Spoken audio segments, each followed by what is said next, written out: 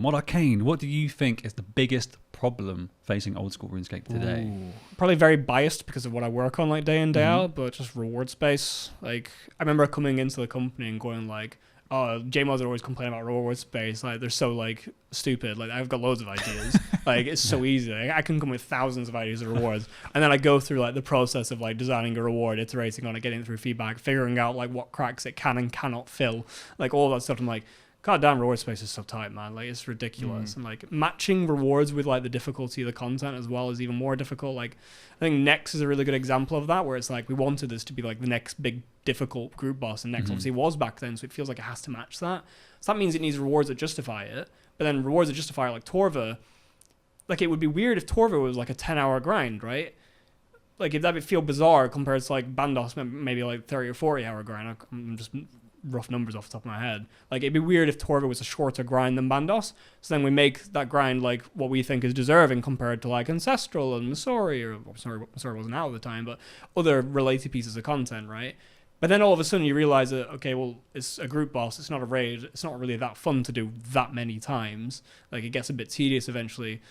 So then like trying to match like difficulty versus content versus like enjoyment of content and the grind, like how fun that actual grind is, and the actual power of the reward, like matching that all up whilst finding niches to fill is just sometimes a nightmare. It's just absolutely impossible. So that's why we come up with some random niche bullshit sometimes, right? Where it's just kind of like, yeah, we don't really know where this is going to be used, but it's going to be really strong, like these 3 cases, like Venerate Bow, right? Well, I mean, the Venerate Bow, though, look at that now. Yeah, it's really popular. We've made new use cases. Exactly. But at the time, everyone was mega criticizing it. Even the Fang at the time, everyone was like, where are you going to use the Fang, man? That's like so shit. Like, Rapier's better DPS on low defense. There isn't anything with high defense. We've made stuff with high defense, so now it's really useful. And coincidentally, it's also just really good everywhere else. Which is how the mighty have fallen.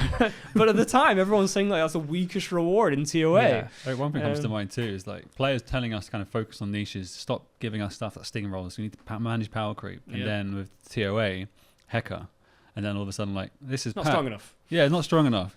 And I was like, fine, here's a fucking Shadow. Oh, Shadow's too strong. I'm not saying like we can't do these properly, No, I know, right? There's definitely problems, but like this is why it's always a problem. It's always difficult. There's just so many perspectives, so many variables.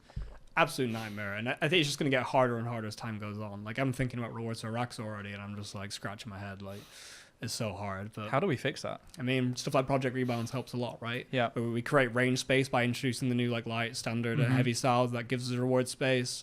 The elemental rebalance that lets us push like elemental spells a bit more, like maybe we can interact with that, and elemental weaknesses a bit more. That gives us a reward space to push on, but we can't just rework the entire game constantly to give us reward space. We have to be this like give and take, a bit soft, and sometimes we can find existing stuff again like the Venerate Bow, but it's things like that.